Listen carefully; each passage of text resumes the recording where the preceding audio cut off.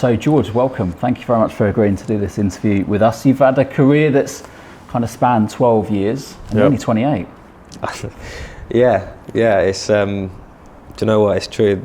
Blink and it goes very quickly.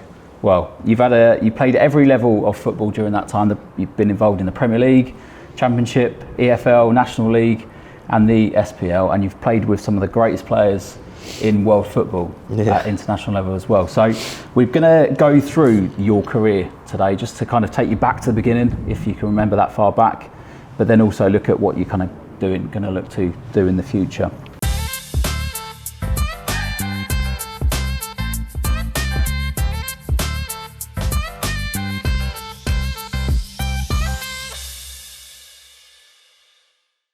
Right, so I asked you before we came on camera for you to give us one word that sums up your career so far. So what is that word?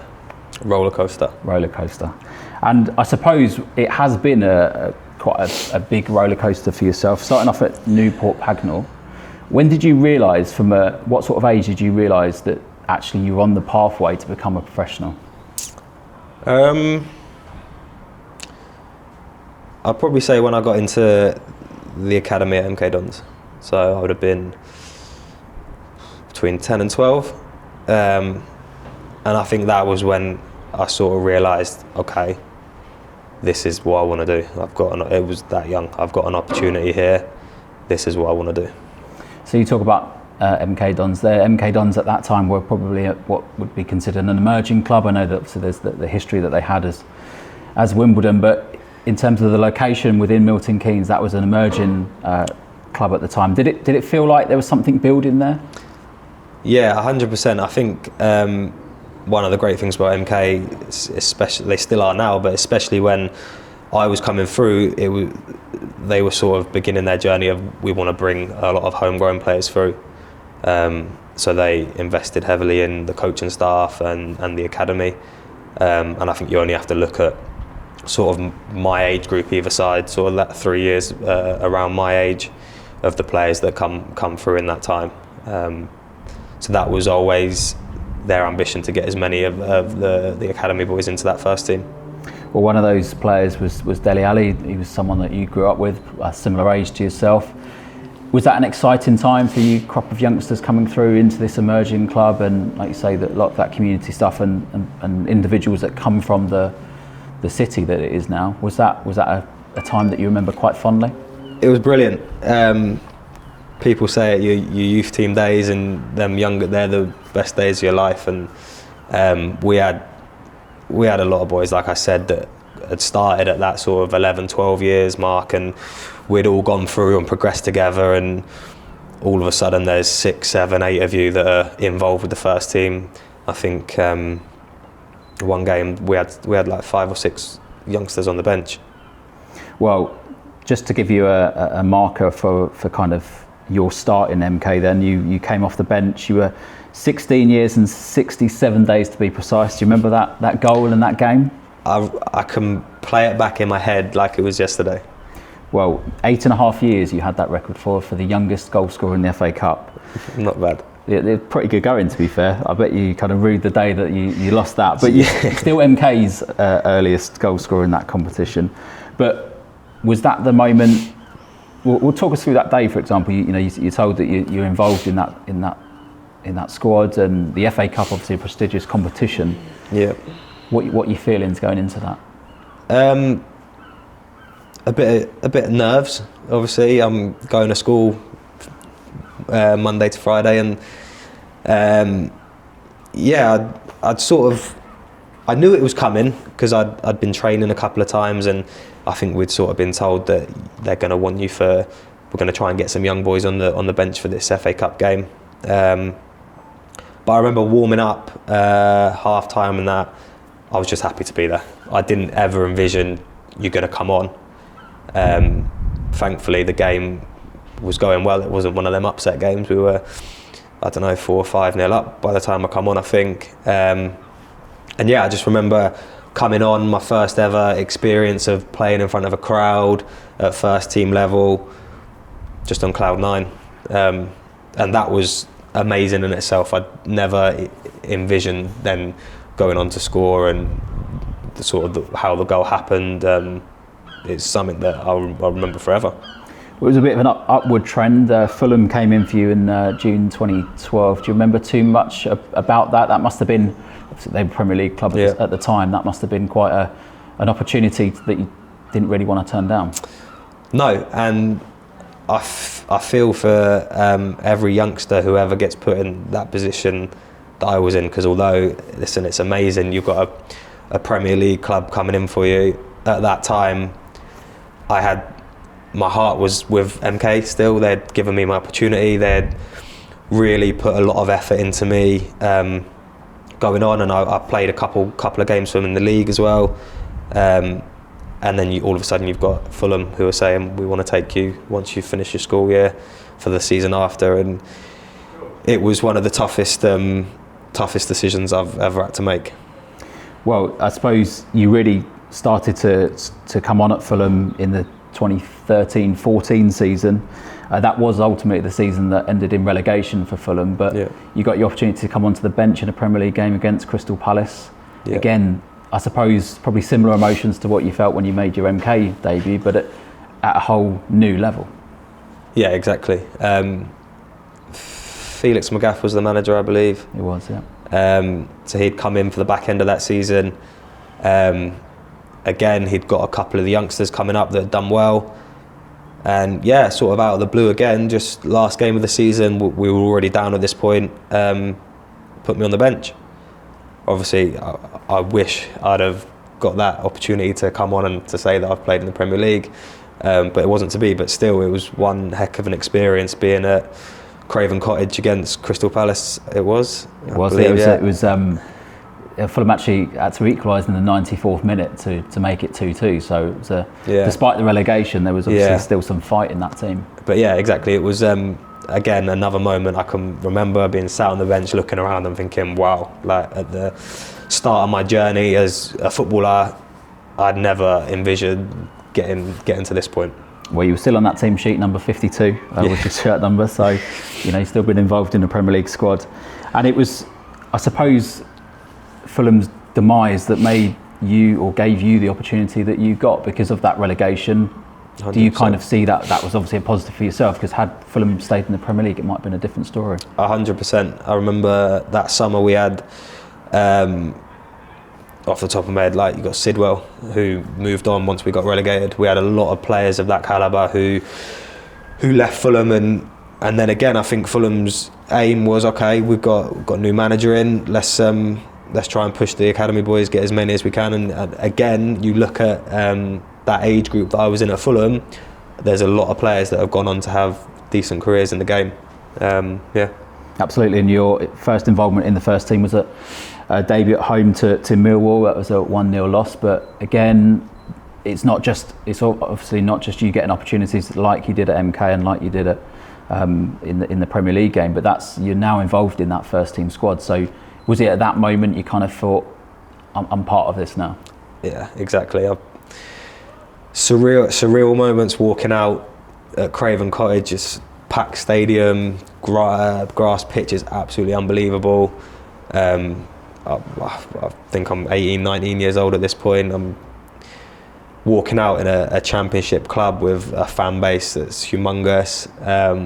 And yeah, they're moments you just take it in and you think, this is what I want to do. Like, I want to have this every week.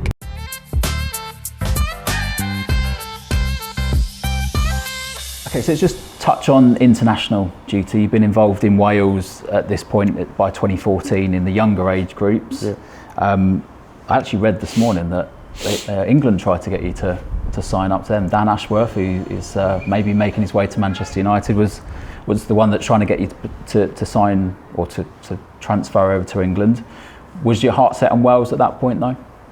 Yeah. When I was younger, I had... I can remember it. I got put on standby for an England camp. Obviously, at the time, I was happy to be on standby.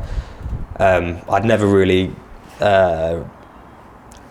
thought about the opportunity to play for Wales. It hadn't even crossed my mind. And then all of a sudden, I'd been with Wales called me up, and it was be on standby for England or go and be with Wales under 17s. And obviously I wanted to play, and I was delighted that Wales called me up. So from 17s onwards, I was a regular in them youth team camps. Is that some advice you'd give to younger players now, actually, in terms of it's about taking those opportunities, not just, it would have been quite easy to go for the prestige of the Three Lions and be a part of that, but was it for you the opportunity, and is that the message you kind of give to younger players now?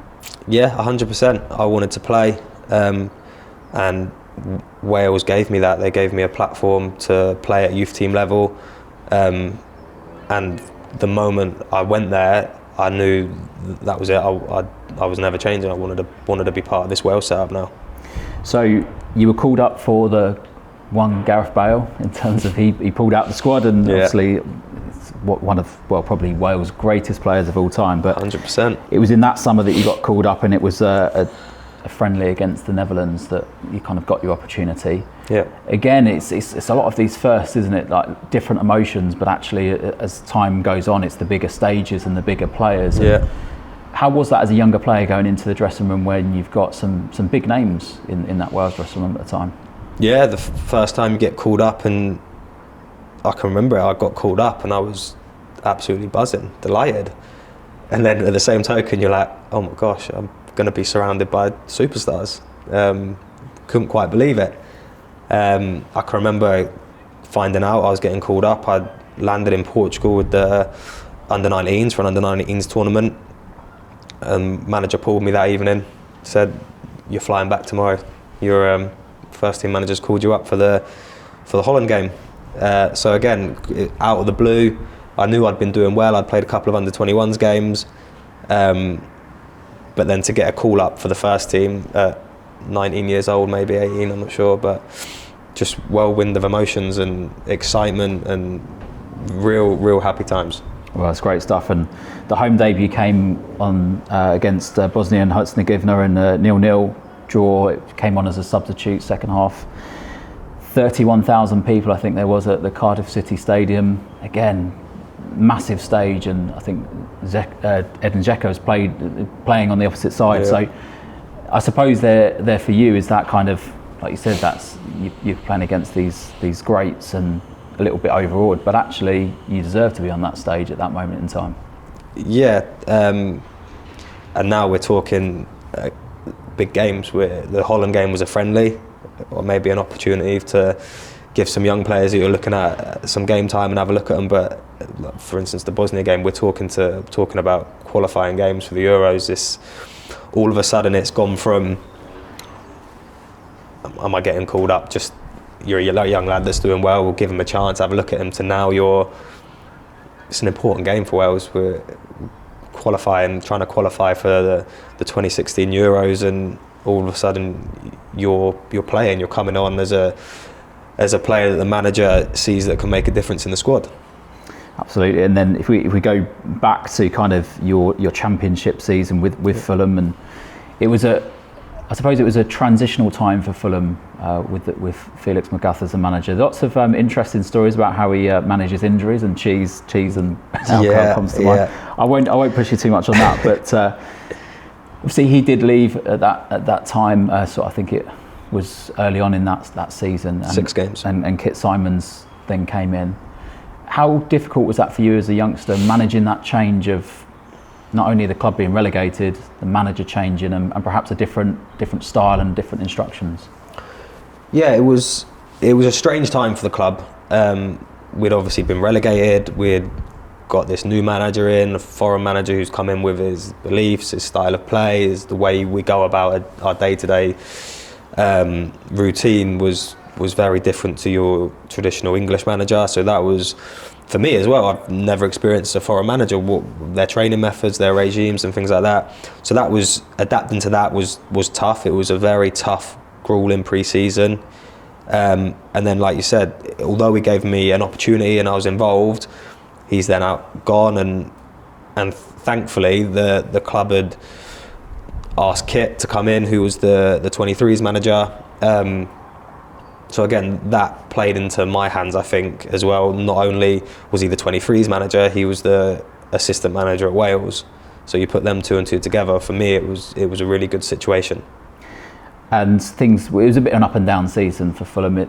I suppose consistency was hard to come by, and it did see you being loaned back to MK for the second half of that season, and it was slightly short-lived. But how important was it for you to go and get some minutes, but also at a place where probably it felt like home? Yeah, it did. I think I remember Kit. We had a conversation, and it wasn't like, we don't want you, can you go out on loan please? It was genuinely, we want you to go and get more game time.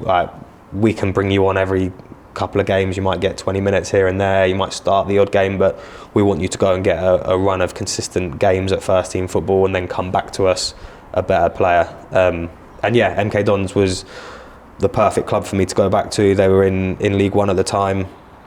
Obviously I had a great relationship with the chairman, Carl Robinson, so it was an easy club for me to go to. But like you said, unfortunately, it was short-lived. And that short-lived reason was because of the ACL injury that you'd had. Can you remember much about that day? It was a game against Chesterfield. I suppose that's probably your first major injury of your career, and that must have been a really disappointing moment. Yeah, I can remember being a young kid and ACL injury, you hear about it, but I always remember it would never happen to me. I'll never have an injury like that. Like I'm fit, I'm healthy, like it was never going to happen. And then out of the blue, I can remember how it happened. I slipped. It was just no contact. I just slipped as I was turning. Felt horrible pain in my knee, and I still didn't think it was going to be that bad. But all of a sudden I'm going for MRI scans, and then the physio's telling you're probably out for 9 months here. I suppose, if we look back to the current season, Jeffro at the beginning of the season, the first game, first 45 minutes, it wasn't really a challenge as such. He just kind of stretched. So you must have been able to sympathise with the feelings that he was going through in that moment. Yeah, definitely. Feel for him. It's a horrible situation to be in. And it really tests your mental character, and you got to dig deep to get through it, which he will do, because he's a strong character and he's a good guy.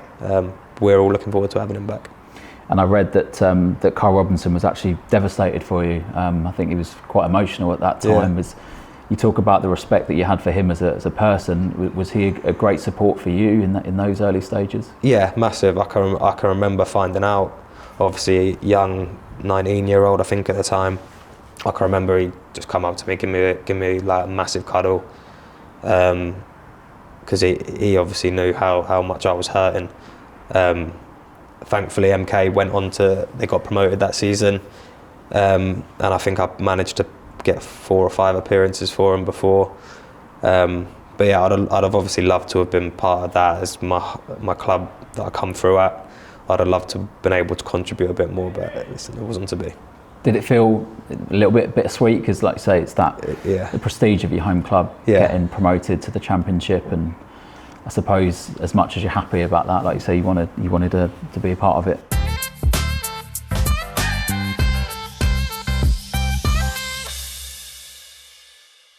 So after the MK Dons promotion, you kind of went back to Fulham, and you did have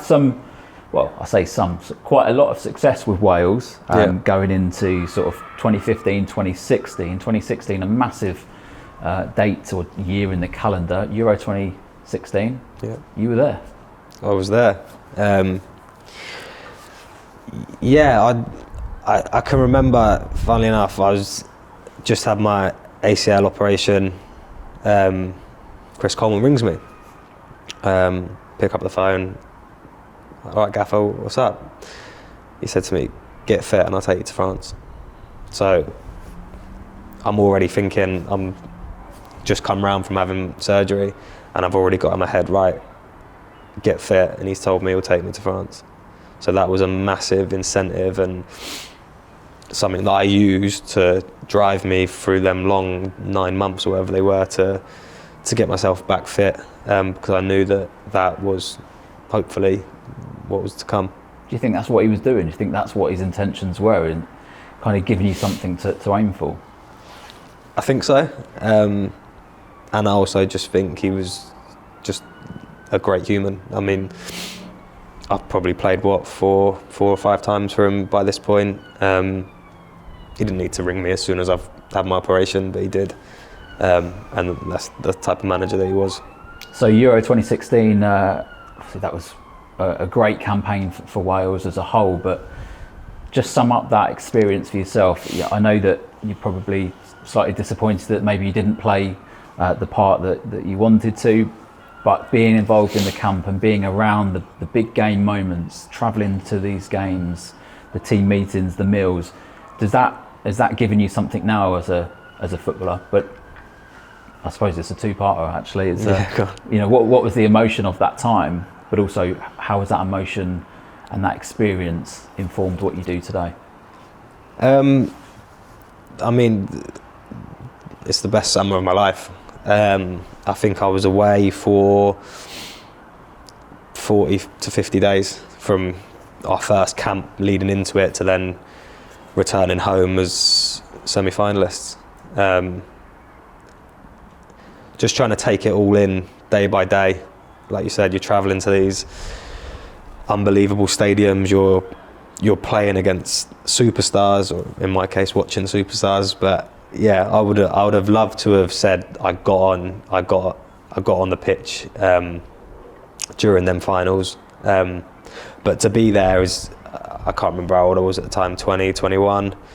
Again, it's surreal. I'd never in my wildest dreams as a young 10-year-old thinking one day you're going to be sat on the bench in a European semi-final match with Bale on your team and Ronaldo on the opposite.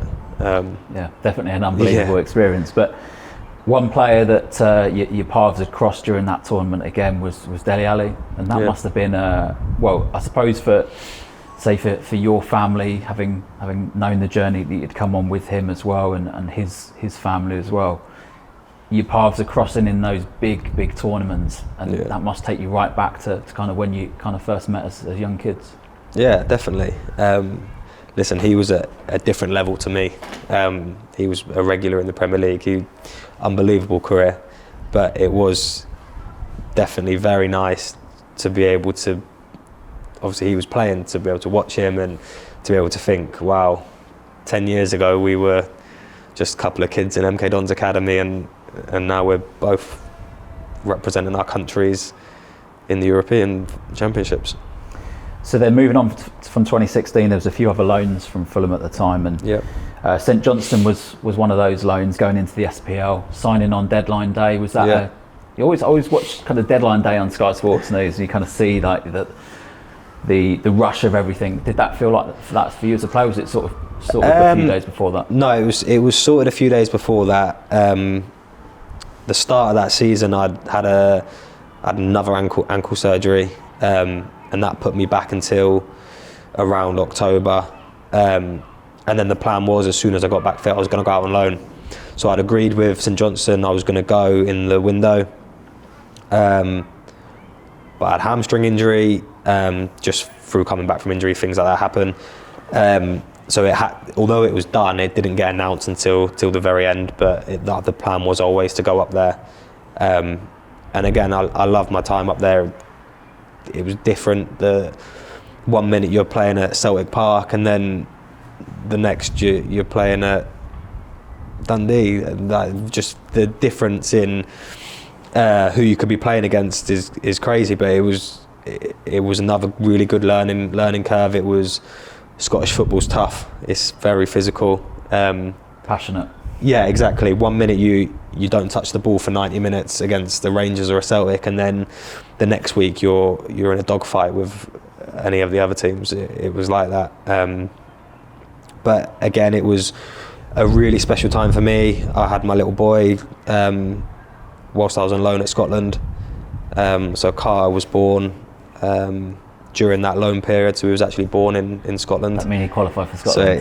So he's got the pick of the bunch. But no, so for obviously personal reasons, that loan moved to Scotland, and then the first sort of couple of months of his life being up there was really good, and it's a lovely place. We lived in Perth. We lived in Dunblane, Lovely. It was beautiful. Really nice. Lots of nice walks. Oh, it's beautiful. Really nice. And you referenced the many things there that, again, the firsts for you, making a debut at Celtic Park with being one of them. Wow, yeah, I forgot about that. Your son being born. Well, it's a 0-0 draw, so actually it was a decent result for St Johnstone at the time. And yeah, Dele was on the other side, who you would have gone through Fulham with. So lots of different but good memories. Like yeah, 100%. Yeah, like I said earlier, a lot of players from that team went on and different paths, and yeah, it was nice to cross paths with him. There. And if we kind of look to now, then going back to or into the EFL with the likes of Forest Green and then going down to sort of the National League level, is for you the motivation is to make sure that every move that you get or your next move is actually somewhere where you're going to make an impact and somewhere you're going to play games? Yeah, Forest Green had a manager that wanted to play football, suited me. I was dropping down to League Two, but I wanted to play games. I didn't want to maybe go to a League One team and maybe not. I just wanted to go somewhere where I thought, you know what, I'm going to play here. And it was an important time in my career, obviously, with the injuries of missing a couple of seasons through that. I just wanted to play football. It was more about, I want to go somewhere where they've also got a plan going forward. They play the way I want to play. And that's what that was about. And I had a really good time at Forest Green, especially the first year. And then COVID kind of hit, and that was obviously a time for everyone across the UK where things were paused and football was paused. But I imagine for footballers that was a very challenging time, because you've got your families back home, and I'm sure like many footballers will move their families to locations that they're playing, but restrictions are very much imposed around how far you can go geographically. So what was the thinking around that sort of time? So COVID was a tough time for me. Listen, people around the world had it a lot worse than what I did. But in terms of football, it was tough. I broke my leg at the start of that season. So I'd not played for 7 months before the season got ended. I might come back and played 2 or 3 games. I'd had my second child, and obviously got released by Forest Green. COVID related or not, I don't know, but a lot of clubs were making cuts on players that were out of contract because everyone was just trying to survive. So it made going forward difficult, trying to get clubs to take you on when you've broken your leg and not played much football. It was challenging. But yeah, Grimsby gave me that opportunity to go up north, and they gave me a chance.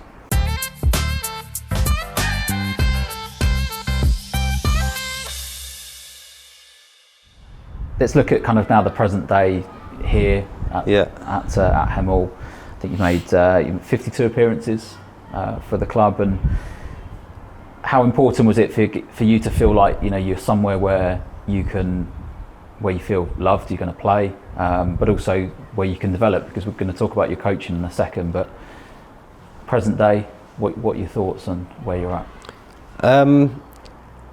Like you just said then, I feel that love from the club.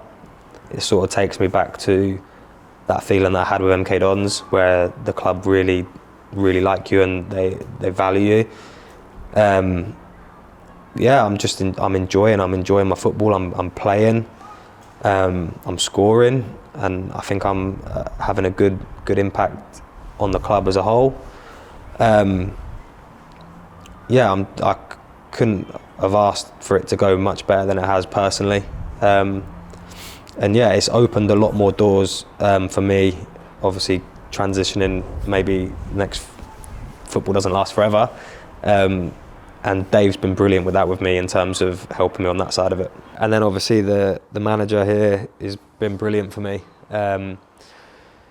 He understands me as a player and as a person, and he's really given me that belief and that confidence, and like I said, that love of going out onto the pitch and expressing himself. He's put a lot of trust in me, and made me vice captain. yeah, I've really enjoyed working with Brad and the management team, all of them, Barry, Maz, even the people behind it. Really good setup here at the club, and yeah, I just want to sort of repay them on the pitch for giving me that trust that they've given me on the pitch. Well, double figures in terms of goal scoring. I suppose you scored a few goals early on the season, a slight little dip, but then it just sort of like rocketed. I personally had a bit of a dip in form around that time, just before Christmas, coincided with illness and things like that. But personally, I wasn't performing at the level I know I can. But yeah, like you said, I don't know what happened sort of around that Christmas period, but it just sort of went one after another, and like they say, don't they, you wait for a bus and all of a sudden 4, 5, 6, 7 come. I don't know, I think I'm 7 in 10 now maybe, or something like that. So I'm in good form and I'm happy, and I feel like I'm going to score. That's the good thing. I feel like I'm going into games thinking I'm going to score. And is that kind of I know that there'll be collective targets for the team, but your personal targets to score as many goals as you can, to contribute as to many goals as you can? Yeah, I remember manager had a chat with me start of the season. He said double figures goals and assists. I don't know what I'm on for assists. I think 6 for assists, so I've got a bit more to do, but I think I have a lot of so like from corners there'll be a lot of like headed back across, it'll be like second phase assists. But no, so I've got a bit of work to do on the assists, but goals I want to get to 15 now. That's my next target. And 7 man of the matches, can you make that double figures? That'd be good. If I can get double figures for assists, goals and man of the matches, I'll have had a really good season. Well, player of the season votes up for grabs for sure. But I want to touch just on that managers section that I talked about. And obviously you played under some fantastic managers who achieved massive things, promotions to Premier Leagues and European success, and international managers as well. Which manager would you say has had the biggest influence on your career and you as a person? Oh, that's a really tough question. I should have given you that one. Yeah, before, you should have given me that before. I mean, I could go through every single manager, the good or bad, and I could give you something where they've helped me, sort of like shape me into the player I am today. If I had to pick someone that had the biggest impact on me, I've got to say Chris Coleman, to call up a 19-year-old lad that's hadn't played for Fulham at that time and give him that opportunity on that big stage. He sort of triggered my career from doing well at Fulham to then, wow, you're an international player now. So yeah. We'll talk about obviously the managers and the people, and you yourself are making your inroads into coaching, just to secured your UEFA B and doing coaching down here at the club. Just before we did this interview, you were coaching or doing the trials. Is that kind of your next journey that you're kind of working on? That's the plan. When I was full time in football, always had it in the back of my head that it was something that maybe I could go into. And then, like I said earlier, Dave's really given me that platform to go and actually do it and start that learning experience of the coaching side of the game. So for me, next step, I want to get my UEFA B done, and I want to help grow the academy here, the college program that we run. I want to help grow that bigger and just enjoy learning that side of it, because it's exciting. You get to see the game from a different point of view. All of a sudden, can relate to manager and how the gaffer's speaking, and I can relate to some of the things he's saying a little bit easier, just because I've now had a bit of that experience of being on the other side of it. Can you see yourself being a manager in the future on the sidelines? Do you know what? I'd always said I see myself more as just a coach. I'll be an assistant for someone. But the more opportunities I've had of sort of being the manager and picking the team and trying to sort your tactics and having success and not having success, the more I'm doing it, the more I can see myself maybe fulfilling that going into management. Who knows, the future Wales manager, maybe. Who knows?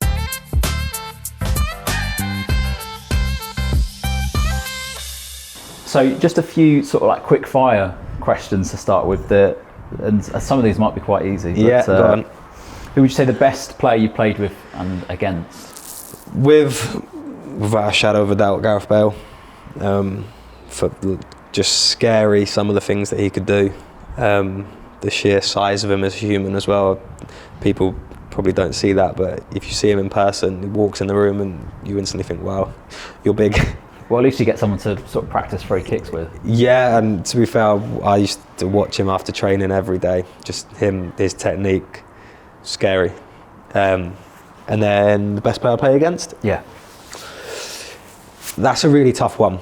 I think if on their day, the best player I played against, I'd say Iron Robin. I played against him twice, and both times he gave Wales a really, really hard time. He was lightning quick, left foot, really hard to play against, and I think he scored in both games. But then also Hazard, I played against Hazard, and we drew 0-0, so we managed to keep him quiet. But obviously, we all know how good he was. Yeah, must have done your job that day. Yeah, done my job. The best stadium or atmosphere that you played in? Oh.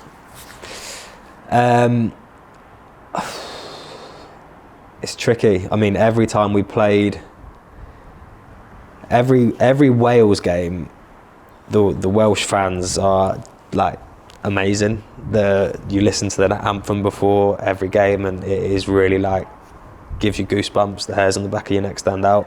So I could pick any one of them, from the Euros to our home games in Cardiff. And then my debut for Wales, the one against Holland. I can remember being, like I said, 18, 19, never experienced anything like this before.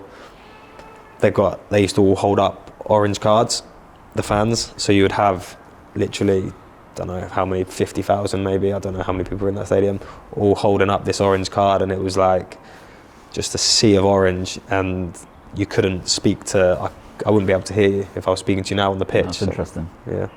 What's your go-to boot brand? Do you have boot brand? Boot brand. Do you have a particular one, or do you change it up? No, I was always Adidas. I was always Adidas as a kid. Used to love Messi. I used to wear the same boots as him. And then I'd done my ACL in a pair of Adidas boots, and quickly changed to Nike after that. Whether obviously it wasn't anything to do with the boots, but just superstition. I changed to Nike boots, and then I've been Nike boots ever since. I had a little stint with Puma, but I'm happy with Nike boots. Interesting. And if there's one player that you could have played with from the past, so not within your era or time playing football, there's a player from the past, maybe someone growing up, who would have wanted to play with?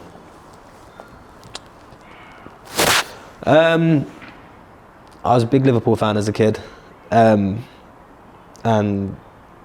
Gerrard was obviously just amazing for Liverpool. So I'd have loved to have been on the pitch with him.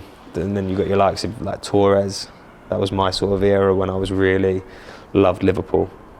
So they were my two favourite players, Gerrard and Torres. And I hear that you fancy yourself as a bit of a chef. Yeah. Yeah. Because I heard this, so I thought, right, I need to do a little bit of digging. All right. So I noticed on your Instagram highlights, you've got a whole page dedicated to food, and I thought, well, let's have a quick look. What did you think? To be fair, it's not bad. Right. So yeah, like what's your kind of go-to dish? Because it was making me hungry this morning as I was looking through that. So the story behind that was in lockdown. Obviously, people didn't have anything to do, and I took up cooking. Don't know why. I think Forest Green had asked me to do like a curry vegan sort of thing and record it and do it for the fans.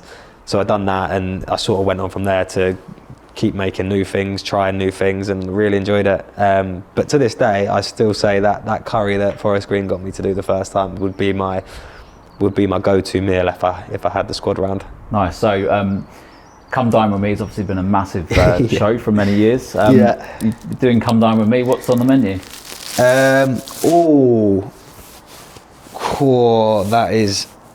That is a tricky one. Thing is, I haven't really got like a starter and main that go together. Yeah. So my starter that I love to do is like a bruschetta, but a proper one, sourdough, really nice. But then, like I said, my favourite thing to cook is a curry. Nice. So well, I don't know if you can have a bruschetta going into a curry. The thing is, well, if you watch that show, some of the dishes there's worse dishes than that. They do not go. But most importantly, who are the other 3 guests that are coming around for dinner? Oh, I've got to invite 3 guests. Well, let's pick 3 from your teammates now. 3 from my team. Yeah, but obviously you've got to go to their house for dinner, so you need to pick God, one. I was going to say Kyle, but now you said I've got to go around Kyle's house for dinner. I don't know if I'm picking him now. You'll probably get there and he wouldn't have cooked it. I'm going to pick the 2 Joes. Yeah. Both a bit of Italian background. You're getting a good Italian meal. I think I'm getting 2 good Italian meals. And then who else do I reckon? Oh, I know, because I've heard some stories. Kingy. Okay. The reason behind, he's told me that he doesn't do the cooking at home. So hopefully I can get three of them lads in, and then I'll also get 3 good meals when I go to theirs. Nice. Well, that's a good pick. And then to finish, we're going to do a bit of teammate. Okay. All right. So most likely to forget their passport when going on holiday. Kyler J. As soon as I wrote that, I was like, I might as well write the answer. Sorry, Carl. The joker of the pack. Or can I say myself? You could, but I'll pick someone else. Yeah. Who's up there with being mischievous, jokey? I'm gonna say Little Joe. Joe.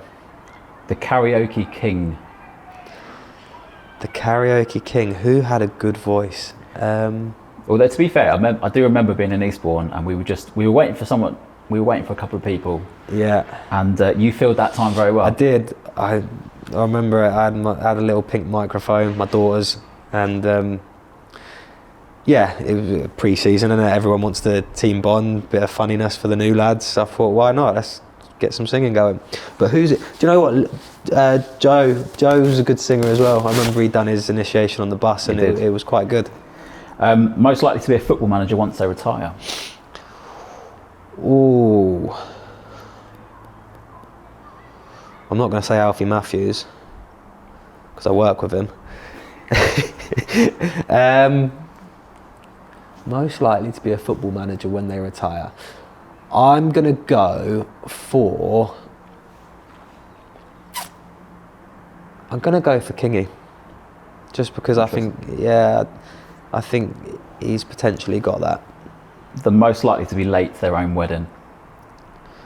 Joe Ray. Joe Lay's very late, but not his fault though. He finishes work very late, so he can't get to training on time. But he's late. The trains and the weather often impact so it's that. not Joe's fault, but I just imagine Joe would be late. Sticking himself out a hole there. Yeah. The most intelligent. Oh, Chris Smith or Joe Ray.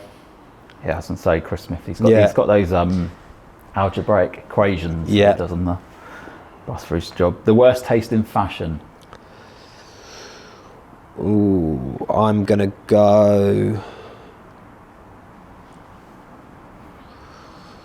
Give it months. Okay.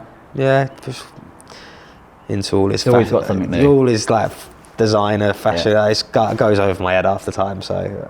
Mr. Nice Guy. Mr. Nice Guy.